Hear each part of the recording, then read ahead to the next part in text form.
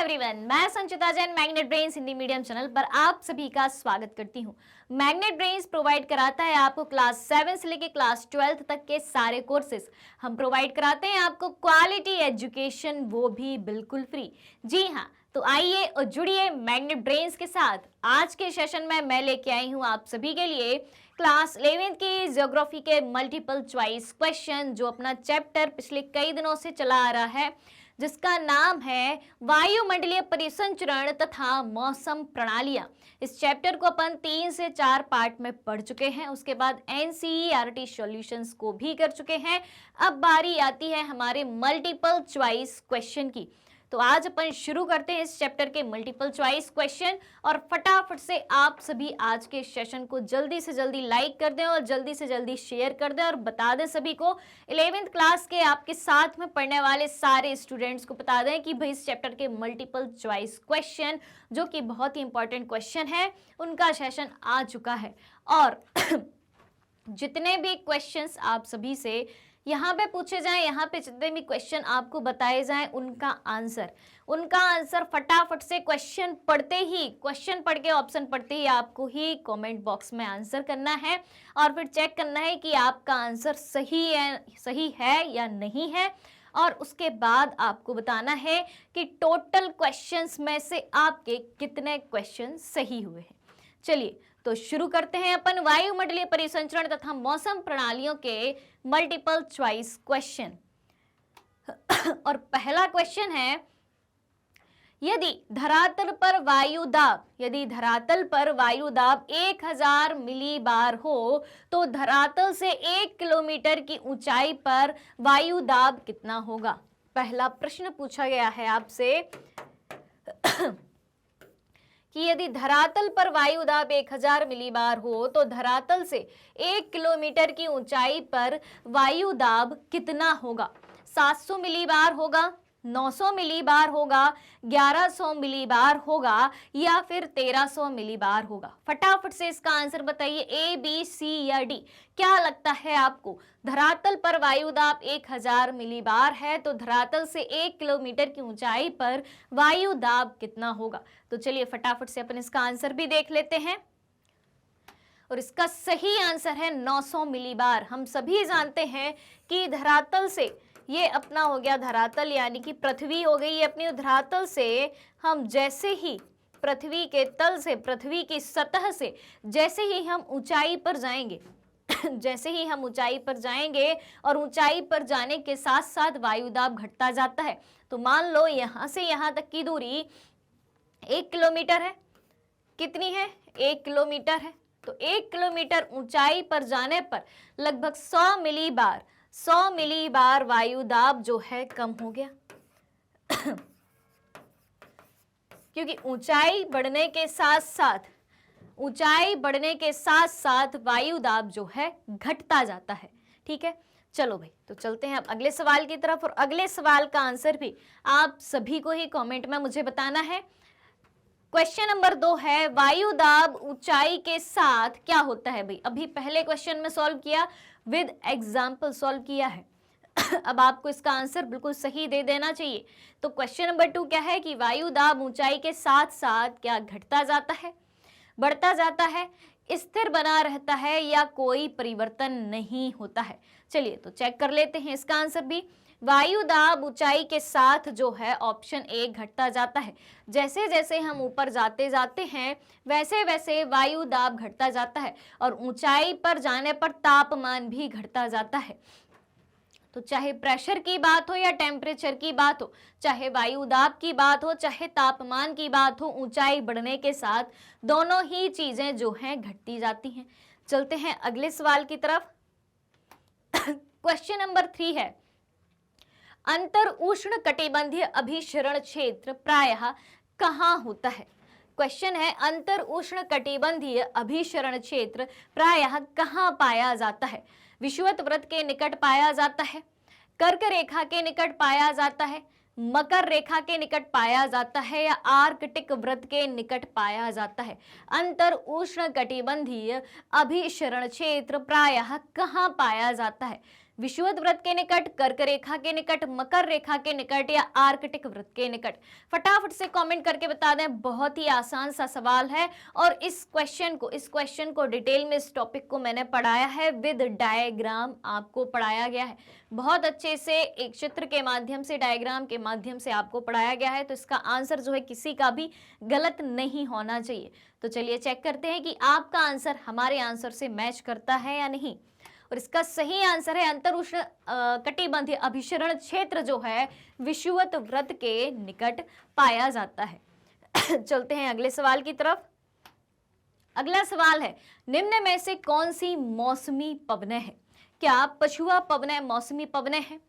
जल समीर या स्थल समीर मौसमी पवनें हैं? ध्रुवीय पवन मौसमी पवनें हैं? या फिर मानसून पवनें मौसमी पवनों के नाम से जानी जाती हैं? फटाफट से बताना है ए, बी, सी या डी। इनमें से कौन सी पवनें जो है मौसमी पवनें हैं? पछुआ पवनें, जल समीर व स्थल समीर, ध्रुवीय पवन या फिर मानसून पवनें? चलिए तो इसका भी आंसर चेक कर लेते हैं और इसका सही आंसर है मानसून पवनें। मानसून पवनें जो है मौसमी पवनों के नाम से जानी जाती हैं। अगला क्वेश्चन है, क्वेश्चन नंबर 5 है।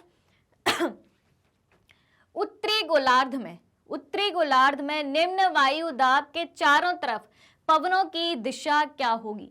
उत्तरी गोलार्ध में निम्न वायु दाब के, दो बातें हैं भाई, एक तो उत्तरी गोलार्ध में और निम्न वायु दाब के चारों तरफ पवनों की दिशा क्या होगी? ऑप्शन ए है घड़ी की सुइयों के चलने की दिशा के अनुरूप, यानी कि क्लॉकवाइज होगी। जिस दिशा में घड़ी की सुई घूमती है, क्या उस दिशा में होगी? या फिर घड़ी की सुइयों के चलने के विपरीत दिशा में, घड़ी की सुई जिस दिशा में चलती है क्या उसके विपरीत दिशा में होगी? समदाब रेखाओं के समकोण पर होगी, जैसे कि ये है अपनी समदाब रेखाएं, तो क्या इनके समकोण पर होगी? या फिर समदाब रेखाओं के समानांतर ही होगी? समदाब रेखाओं के समानांतर ही होगी पवनों की दिशा। क्या कहते हो, क्या होगा इन चार में से सही आंसर? उत्तरी गोलार्ध में निम्न वायु दाब के चारों तरफ पवनों की दिशा क्या होगी? घड़ी के सुइयों की चलने की दिशा के अनुरूप होगी, यानी कि क्लॉकवाइज होगी, या घड़ी की सुइयों के चलने की दिशा के विपरीत होगी, यानी कि एंटी क्लॉकवाइज होगी, या फिर समदाब रेखाओं के समकोण पर होगी, या समदाब रेखाओं के समानांतर होगी? चलिए तो इसका भी आंसर देख लेते हैं और इसका सही आंसर बनता है घड़ी की सुइयों के चलने की दिशा के विपरीत दिशा में जो है उत्तरी गोलार्ध में निम्न वायु दाब के चारों तरफ पवनों की दिशा होती है। चलिए अब आगे बढ़ते हैं। क्वेश्चन नंबर 6 है, वायु दाब मापने के लिए किस यंत्र का उपयोग किया जाता है? सबसे इजी क्वेश्चन है आपका, सबसे आसान सवाल है। वायु दाब मापने के लिए किस यंत्र का प्रयोग किया जाता है? बैरोमीटर का, थर्मामीटर का, हाइग्रोमीटर का या एनीमोमीटर का? बैरोमीटर, थर्मामीटर, हाइग्रोमीटर या फिर एनीमोमीटर? फटाफट से बताना है ए, बी, सी या डी। और इसका सही आंसर है बैरोमीटर। वायु दाब मापने के लिए बैरोमीटर का। थर्मामीटर का उपयोग किसके लिए किया जाता है भाई? कमेंट में बताते जाना आप सभी। बाकी के जो थर्मामीटर, हाइग्रोमीटर और एनीमोमीटर हैं, इनका उपयोग किस लिए किया जाता है, ये सारी चीजें भी आपको जो है कमेंट बॉक्स में बताते जानी है। तो थर्मामीटर का उपयोग किस लिए किया जाता है? थर्मामीटर का उपयोग जो है तापमान मापने के लिए किया जाता है। हाइग्रोमीटर का उपयोग वायुमंडल में उपस्थित आर्द्रता को मापने के लिए। हाइग्रोमीटर का उपयोग किस लिए किया जाता है? आर्द्रता को मापने के लिए। और वहीं एनीमोमीटर का प्रयोग किसके लिए किया जाता है? वायु का वेग मापने के लिए। हवाओं का वेग या वायु का वेग मापने के लिए एनीमोमीटर का प्रयोग किया जाता है। तो वायु दाब मापने के लिए बैरोमीटर, तापमान मापने के लिए थर्मामीटर, आर्द्रता मापने के लिए हाइग्रोमीटर और वायु का वेग मापने के लिए एनीमोमीटर का प्रयोग किया जाता है। अगला सवाल है, क्वेश्चन नंबर 7 है, वायु राशियों के निर्माण के उद्गम क्षेत्र निम्नांकित में से कौन सा है? वायु राशियों के निर्माण के उद्गम क्षेत्र इनमें से कौन सा है? विषुवतीय वन, हिमालय पर्वत, साइबेरिया का मैदानी भाग या दक्कन का पठार। वायु राशियों के निर्माण के उद्गम क्षेत्र कौन सा है? विषुवतीय वन ए, बी है हिमालय पर्वत, सी है साइबेरिया का मैदानी भाग या डी है दक्कन का पठार। चलिए तो इसको भी अपन चेक कर लेते हैं। तो इसका सही आंसर है ऑप्शन सी, वायु राशियों के निर्माण के उद्गम क्षेत्र साइबेरिया का मैदानी भाग है। बढ़े अगले सवाल की तरफ। 7 क्वेश्चन हो चुके हैं। अब फटाफट से आप सभी मुझे कमेंट करके बता दें कि अभी तक जो 7 क्वेश्चन हो चुके हैं, 7 में से कितने आंसर आपके सही हैं। फटाफट से ये बात मुझे आप कमेंट में बता दें। चलो भाई, 8वां सवाल है। 8वां सवाल है, निम्नांकित में से कौन स्थानीय शीत पवन है? आपको बताना है कि कौन सी स्थानीय पवन जो है शीत पवन है।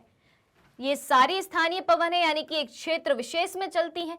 पूछा गया है कि इनमें से कौन सी स्थानीय पवन शीत पवन है, गर्म पवन नहीं है। ठीक है, ऑप्शन ए है चिनूक, ऑप्शन बी है बोरा, ऑप्शन सी है फुहान, ऑप्शन डी है खमसिन। चिनूक, बोरा, फुहान या खमसिन, ए बी सी या डी, कौन सी स्थानीय पवन शीत पवन है? फटाफट से कमेंट करके बताएं। एक ही शीत पवन हो सकती है इनमें से, बाकी 3 जो हैं गर्म हवाएं हैं, गर्म पवनें हैं। तो जल्दी से बताइए ए बी सी या डी क्या लगता है आपको। और उसके साथ ही आपको ये भी बताना है कि जो भी आंसर होगा, ठीक है, वो पवन कहाँ बहती है, किस देश में बहती है। स्थानीय पवन है यानी कि किसी एक क्षेत्र विशेष में, किसी एक देश विशेष में बहेगी। तो वो पवन किस देश में बहती है, वो गर्म पवन कौन सी है और किस देश में बहती है। चलिए तो इसका सही आंसर क्या है? बोरा। बोरा जो है एक शीत पवन है, शीत पवन है जो कि इटली में बहती है। भाई कहाँ बहती है? इटली में चलती है। चिनूक कहाँ चलती है? भाई गर्म हवा है चिनूक। और कहाँ चलती है? संयुक्त राज्य अमेरिका में। संयुक्त राज्य अमेरिका में चलने वाली पवन है चिनूक पवन। उसके बाद देखें, फुहान भी गर्म पवन है।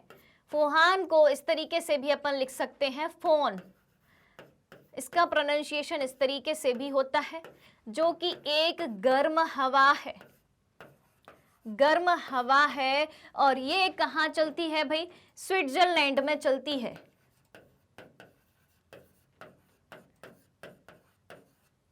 उसके बाद देखें खमसिन, खमसिन भी एक गर्म हवा है और जो कि मिस्र में चलती है। कहाँ चलती है भाई? मिस्र में चलती है।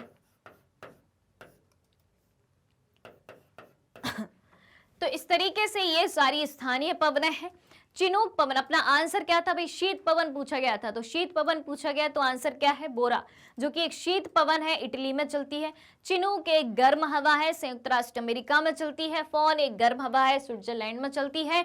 खमसन भी एक स्थानीय हवा है, गर्म हवा है और जो कि एक मिस्र में चलती है। चलो भाई अब चलें आगे। 9वां प्रश्न है, निम्नांकित में से किन पवनों को हिम पक्षी या हिम भक्षी होगा? यहाँ पे हिम भक्षी, ठीक है। निम्न में से किन पवनों को हिम भक्षी या हिम हरिणी कहा जाता है? हिम भक्षी या हिम हरिणी कहा जाता है? स्थल समीर, फोन, लू या चिनूक। किस पवन को हिम भक्षी अथवा हिम हरिणी कहा जाता है? यानी कि वो पवन जो बर्फ को खा जाती है, स्नो ईटर कहा जाता है या आइस ईटर कहा जाता है। किस पवन को? ए बी सी या डी? स्थल समीर, फोन, लू या चिनूक। तो चलिए चेक करते हैं इसका भी आंसर, और इसका सही आंसर है चिनूक।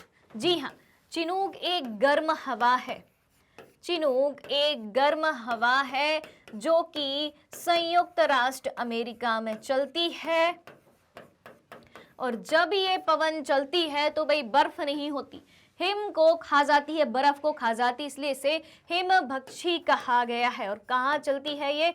अमेरिका, संयुक्त राष्ट्र अमेरिका में चलती है। तो इस पवन को जो है हिम भक्षी या हिम हरिणी कहा जाता है। चलते हैं अगले सवाल की तरफ। क्वेश्चन नंबर 10 है, भूमध्य रेखीय खंड में निम्न वायु दाब पेटी का मुख्य कारण क्या है? भूमध्य रेखीय खंड में निम्न वायु दाब पेटी का मुख्य कारण क्या है? दैनिक गति, ऑप्शन बी समुद्री धाराएं, ऑप्शन सी चक्रवात, ऑप्शन डी समवाहिक धाराएं। भूमध्य रेखीय खंड में निम्न वायुदाब पेटी का प्रमुख कारण क्या है? दैनिक गति, समुद्री धाराएं, चक्रवात या समवाहिक धाराएं। चलिए तो इसका भी आंसर अपन चेक कर लेते हैं और इसका जो सही आंसर है वो बनता है समवाहिक धाराएं। समवाहिक धाराएं जो है भूमध्य रेखीय खंड में निम्न वायु दाब पेटी का प्रमुख कारण बनती है। इसको भी बहुत अच्छे से मैंने चैप्टर में एक डायग्राम के थ्रू समझाया है, तो वहां से आप बहुत अच्छे से इसको सीख सकते हैं। अब देखें, तापमान के अधिक होने पर वायु दाब क्या होता है? तापमान के अधिक होने पर वायु दाब पर क्या असर पड़ता है? अगर टेम्परेचर ज्यादा है तो वायु दाब पर क्या असर पड़ेगा? तापमान अधिक होने पर ऑप्शन ए वायु दाब अधिक होता है, या वायु दाब मध्यम रहता है, या वायु दाब कम होता है, या अपरिवर्तनीय रहता है, यानी कि कोई चेंजेस नहीं आता तापमान के अधिक होने पर वायु दाब में। चलिए तो इसको भी चेक कर लेते हैं और इसका सही आंसर है तापमान अधिक होने पर वायु दाब कम होता है। जब तापमान ज्यादा होता है तो प्रेशर कम होता है, टेम्परेचर ज्यादा होने पर प्रेशर कम हो जाता है। तो ये भी क्वेश्चन हो गया अपना। अगला सवाल है, अश्व अक्षांश कहाँ पाए जाते हैं? अश्व अक्षांश कहाँ पाए जाते हैं? भूमध्य रेखीय निम्न दाब पर, उपोष्ण उच्च दाब पर, उपध्रुवीय निम्न दाब पर या ध्रुवीय उच्च दाब पर? अश्व अक्षांश कहाँ पाए जाते हैं? भूमध्य रेखीय निम्न दाब पर, उपोष्ण उच्च दाब पर, उपध्रुवीय निम्न दाब पर या फिर ध्रुवीय उच्च दाब पर? क्या होगा इसका सही आंसर? ए, बी, सी या डी? चलिए तो इसको भी चेक कर लेते हैं। अश्व अक्षांश जो है उपोष्ण उच्च दाब पर पाए जाते हैं। उपोष्ण उच्च दाब पर अश्व अक्षांश पाए जाते हैं। बारी है अगले सवाल की। चिनूक हवाएं कहाँ पाई जाती हैं? भाई फिर से आ गया, अब ये क्वेश्चन तो आपसे बनना ही चाहिए। तो कमेंट में सबसे पहले तो मुझे ये बता दो कि चिनूक हवाएं जो है, जो कि स्थानीय पवन है, गर्म हवा है या शीत हवा है? गर्म हवा है, गर्म पवन है, या शीत पवन यानी कि ठंडी पवन है? चिनूक गर्म हवा है या ठंडी हवा, ये आपको कमेंट में बताना है। और चिनूक हवाएं कहाँ पाई जाती हैं? Option A France, option B उत्तरी अमेरिका, ऑप्शन सी चीन या ऑप्शन डी अफ्रीका में? फटाफट से कमेंट करके मुझे बता दें ए, बी, सी या डी, और साथ में ये भी बता दें कि चिनूक हवा गर्म हवा है या शीतल हवा है। तो चलिए चेक कर लेते हैं इसको भी। चिनूक हवाएं अपनी जो हैं उत्तरी अमेरिका में पाई जाती हैं और ये जो है अपनी गर्म हवाएं होती हैं। चिनूक हवाएं गर्म हवाएं होती हैं और इन हवाओं को हिमभक्षी या हिमहरिणी कहा जाता है। क्या कहा जाता है? हिमभक्षी या हिमहरिणी कहा जाता है। चलिए अब चलते हैं अपन अगले 14वें क्वेश्चन पर। और हाँ भाई 13 क्वेश्चन हो चुके हैं। 13 क्वेश्चन हो चुके हैं। 13 में से अभी कितने क्वेश्चन सही हैं आप सभी के, वो चीज आप मुझे कमेंट में बता दें कि 13 में से आपके इतने क्वेश्चन सही हैं। अब चलते हैं अपन अगले क्वेश्चन पर। 14वां प्रश्न है, सहारा मरुस्थल में भूमध्य सागर की ओर प्रवाहित गर्म धूल से भरी हवा क्या कहलाती है? सहारा मरुस्थल में भूमध्य सागर की ओर प्रवाहित गर्म धूल से भरी हवा को क्या कहा जाता है? सहारा मरुस्थल में भूमध्य सागर की ओर प्रवाहित गर्म धूल से भरी हवा। चिनूक, मिस्ट्रल, यहां पे मिस्ट्रल है, चिनूक कहा जाता है या मिस्ट्रल कहा जाता है? चिनूक, मिस्ट्रल या सीफोहान या डी सिराको? जल्दी से बताएं, ए, बी, सी या डी? सहारा मरुस्थल में भूमध्य रेखा की ओर प्रवाहित गर्म धूल से भरी हवा को क्या कहा जाता है? चिनूक, मिस्ट्रल, फोन या सिराको? चलिए तो इसका सही आंसर क्या है? Option D सिराको। सहारा मरुस्थल में भूमध्य सागर की ओर प्रवाहित गर्म धूल से भरी हवा। तो एक बात यहां से यह भी पता चलती है कि सिराको जो है एक गर्म हवा है। ठीक है, क्या है सिराको? एक गर्म हवा है जो कि सहारा मरुस्थल में भूमध्य सागर की ओर प्रवाहित होती है और एक गर्म धूल से भरी हवा कहलाती है। 14 क्वेश्चन हो चुके हैं। 15वां क्वेश्चन है, आज का 15वां सवाल है मल्टीपल चॉइस क्वेश्चन में। व्यापारिक हवाएं होती हैं, व्यापारिक हवाएं कैसी होती हैं? ऑप्शन ए अनियमित होती हैं, ऑप्शन बी नियमित व स्थिर होती हैं, ऑप्शन सी अशांत अनियमित होती हैं, या इनमें से कोई नहीं। व्यापारिक हवाएं किस तरीके की हवाएं होती हैं? ए, बी, सी या डी? क्या लगता है आपको? चलिए तो चेक कर लेते हैं इसको भी। और इसका सही आंसर है व्यापारिक हवाएं जो हैं नियमित व स्थिर हवाएं होती हैं। व्यापारिक हवाएं कैसी हवाएं होती हैं? नियमित हवा होती है और स्थिर हवा होती है। अगला सवाल है, 16वां प्रश्न है, बहुत आसान सवाल है। ये क्वेश्चन मैं आपको अभी पहले बता चुकी हूं जब आपसे पूछा गया था कि वायु दाब मापने के लिए या बैरोमीटर का प्रयोग जो है किस लिए किया जाता है? वायु दाब मापने के लिए किसका प्रयोग किया जाता है? बैरोमीटर का। तब ये सवाल भी आया था, ऑप्शन में इनमें से एक था, वही आपको बताना है। तो अब पूछा गया है पवन का वेग मापने के लिए किसका उपयोग होता है? क्वेश्चन 16 है, पवन का वेग मापने के लिए किसका उपयोग किया जाता है? ऑप्शन ए हाइग्रोमीटर का, ऑप्शन बी एनीमोमीटर का, ऑप्शन सी बैरोमीटर का, या ऑप्शन डी थर्मामीटर का। ए, बी, सी या डी? फटाफट से कमेंट करके बताइए और बाकी सारे आंसर भी आपको पता हो, यानी किसका जो आंसर है वो तो बताना है कि पवन का वेग मापने के लिए किसका प्रयोग करते हैं, और बाकी के जितने भी मीटर हैं उनका भी आपको उपयोग बताना है कि इस मीटर का उपयोग इसको मापने के लिए किया जाता है। तो फटाफट से मुझे कमेंट करके बताइए ए, बी, सी या डी क्या लगता है। चलिए तो चेक करें आंसर। इसका सही आंसर है ऑप्शन बी एनीमोमीटर। पवन का वेग या हवा का वेग मापने के लिए किसका प्रयोग होता है? एनीमोमीटर का प्रयोग होता है। अब देखें, हाइग्रोमीटर का मैंने अभी आपको बताया था, आर्द्रता मापने के लिए होता है, तो इसे क्या कहा जाएगा? आर्द्रता मापी कहा जाएगा। बैरोमीटर का प्रयोग वायु दाब मापने के लिए किया जाता है, ठीक है। और थर्मामीटर का प्रयोग किस लिए किया जाता है? थर्मामीटर का प्रयोग तापमान, तो थर्मामीटर क्या है? तापमान मापी है। बैरोमीटर वायु दाब मापी है, ठीक है। क्लियर हो गई चारों बातें? अब चले अगले सवाल पर। 16 सवाल हो चुके हैं, कुछ ही सवाल बचे हैं, तो भाई सोच समझ के आंसर देना है ताकि आप सभी के ज्यादा से ज्यादा आंसर सही हो। क्वेश्चन नंबर 17 है, स्विट्जरलैंड में उत्तरी आल्प्स के विमुख ढाल पर बहने वाली हवा कौन सी है? स्विट्जरलैंड में उत्तरी आल्प्स के विमुख ढाल पर बहने वाली हवा है चिनूक, मिस्ट्रल, बोरा या फॉन? क्या कहते हैं स्विट्जरलैंड में उत्तरी आल्प्स के विमुख ढाल पर बहने वाली हवा को? चिनूक, मिस्ट्रल, बोरा या फॉन? चलिए चेक करें क्या है इसका सही आंसर। बहुत ही आसान सा सवाल पूछा गया है, आपसे बनना चाहिए अभी इसी ऑब्जेक्टिव के सेशन में पहले ही मैं आपको 3 से 4 बार बता चुकी हूं, और इसका जो सही आंसर है वो है फॉन। तो चिनूक कहां पे चलती है अपनी? चिनूक जो है उत्तरी स्विट्जरलैंड में उत्तरी आल्प्स के विमुख ढाल पर चलने वाली पवन होती है। फॉन, ठीक है, फॉन कहाँ चलती है? स्विट्जरलैंड में उत्तरी आल्प्स के विमुख ढाल पर। वहीं बोरा कहाँ पे चलती है भाई? इटली में चलती है। चिनूक कहाँ पे चलती है अपनी? अमेरिका में चलती है, ठीक है। अब देखें आगे, 18वां प्रश्न है, संयुक्त राज्य अमेरिका में उष्ण कटिबंधीय प्रचंड चक्रवातों को किस नाम से जाना जाता है?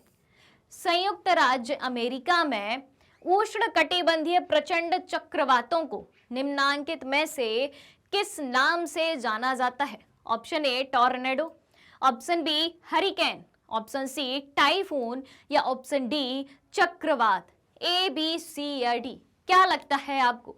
संयुक्त राज्य अमेरिका में उष्ण कटिबंधीय प्रचंड चक्रवातों को किस नाम से जाना जाता है? टॉर्नेडो, हरिकेन, टाइफून या चक्रवात? चलिए तो चेक किया जाए इसका भी आंसर, और इसका सही आंसर है टॉर्नेडो। जी हाँ, संयुक्त राज्य अमेरिका में उष्ण कटिबंधीय प्रचंड चक्रवातों को टॉर्नेडो के नाम से जाना जाता है। 18 सवाल हो चुके हैं, मात्र 2 सवाल बचे हैं भाई, 2 सवाल बचे हैं और उन 2 सवालों का आंसर आपको बहुत ही सावधानी से, बहुत ही समझदारी के साथ देना है ताकि आपके ज्यादा से ज्यादा स्कोर गेन हो सके। 19 है, क्वेश्चन नंबर 19 है, उष्णकटिबंधीय चक्रवातों को पश्चिमी ऑस्ट्रेलिया में क्या कहा जाता है? कहां पर? पश्चिमी ऑस्ट्रेलिया में। उष्णकटिबंधीय चक्रवातों को पश्चिमी ऑस्ट्रेलिया में क्या कहा जाता है? चक्रवात कहा जाता है, विली विलीज कहा जाता है, हरिकेन कहा जाता है या टाइफून कहा जाता है? चक्रवात, विली विलीज, हरिकेन या टाइफून, उष्णकटिबंधीय चक्रवातों को पश्चिमी ऑस्ट्रेलिया में, ए, बी, सी या डी? चलिए तो चेक करें इसका आंसर क्या होगा। इसका जो सही आंसर है वो होगा विली विलीज। उष्णकटिबंधीय चक्रवातों को पश्चिमी ऑस्ट्रेलिया में विली विलीज के नाम से जाना जाता है। अब है भाई आज का आखिरी सवाल, 20वां सवाल है और उसके बाद आपको बताना है कि भाई 20 में से कितने सवाल आपके सही हैं। क्वेश्चन नंबर 20 है, चीन के तट को प्रभावित करने वाले, कहां पे? चीन के तट को, ध्यान से सुनना, चीन के तट को प्रभावित करने वाले उष्णकटिबंधीय चक्रवात को किस नाम से पुकारा जाता है? चीन के तट को प्रभावित करने वाले उष्णकटिबंधीय चक्रवात को किस नाम से पुकारा जाता है? Option A hurricane, option B typhoon, option C tornado या ऑप्शन डी वाइली विली या विली विलीज। क्या कहा जाता है? इसको अपन इस तरीके से भी लिख सकते हैं, विली विलीज या वाइली विली। चलो भाई, चीन के तट को प्रभावित करने वाले उष्णकटिबंधीय चक्रवात को किस नाम से जाना जाता है? हरिकेन, टाइफून, टॉर्नेडो, वाइली विली या विली विलीज? जल्दी बताएं, ए, बी, सी या डी। आज का ये आखिरी सवाल है, 20वां सवाल है। उसके बाद आपको बताना है कि आपका कौन सा जो है आंसर, कितने आंसर आपके सही है। चलिए तो इसका जो सही आंसर है वो है टाइफून। चीन के तट को प्रभावित करने वाले उष्णकटिबंधीय चक्रवात को टाइफून कहा जाता है। क्लियर हो गई सारी बातें? तो आज के जो है ऑप्शन सारे यहीं पे खत्म होते हैं। इस चैप्टर से जितने भी 20 इंपॉर्टेंट मल्टीपल चॉइस क्वेश्चन बन सकते थे वो सारे आज आपको बता दिए गए हैं। तो अब फटाफट से आप सभी ईमानदारी के साथ बता दें कि आपके कितने आंसर सही हैं। आपके कितने आंसर सही हैं, सभी को बता देना है कि आपके 20 में से इतने आंसर सही हैं। और ये चैप्टर जो है 3 से 4 पार्टों में आपको पढ़ाया गया है। उसके बाद इसके एनसीईआरटी सॉल्यूशंस भी कराए गए हैं, आज मल्टीपल चॉइस क्वेश्चन भी करा दिए गए हैं। अब बचते हैं मोस्ट इंपॉर्टेंट क्वेश्चन और वन शॉट रिवीजन, वो भी बहुत जल्दी आपको करा दिया जाएगा। और ये सारी चीजें आपको कहाँ मिलने वाली है? मैग्नेट ब्रेन्स के यूट्यूब चैनल, वेबसाइट, एप्लीकेशन, सब जगह ये सारी चीजें अवेलेबल हैं। ई बुक्स और ई नोट्स के लिए वीडियो के नीचे डिस्क्रिप्शन में लिंक दी गई है, वहां से दोनों चीजें आप अवेल कर सकते हैं। इसके अलावा हम आपके लिए कुछ टॉप कोर्सेज भी प्रोवाइड कराते हैं, जैसे कि CBSE English medium, CBSE Hindi medium, UP board, Bihar board, MP board, 3 state board को भी हम कवर करते हैं। इसके अलावा spoken English, CVT, NTSC, olympiad जैसे कोर्सेज भी हमारे यहाँ प्रोवाइड कराए जाते हैं। और सबसे बड़ी विशेषता यह है कि ये सारे कोर्सेज एक ही प्लेटफॉर्म पर हाई क्वालिटी एजुकेशन के साथ एकदम फ्री में उपलब्ध कराए जाते हैं। और मैग्नेट ब्रेन्स यूट्यूब के अलावा अदर सोशल मीडिया प्लेटफॉर्म पर उपलब्ध है, वहां भी आप हमें फॉलो कर सकते हैं, जैसे कि फेसबुक, इंस्टाग्राम, ट्विटर और टेलीग्राम। तो आज के सेशन को आप सभी को ज्यादा से ज्यादा लाइक करना है, ज्यादा से ज्यादा शेयर करना है और चैनल से जुड़ी सारी अपडेट को जानने के लिए चैनल को सब्सक्राइब भी करना है। हमारे साथ बने रहिए, जुड़े रहिए, पढ़ते रहिए, खुश रहिए। Thank you so much.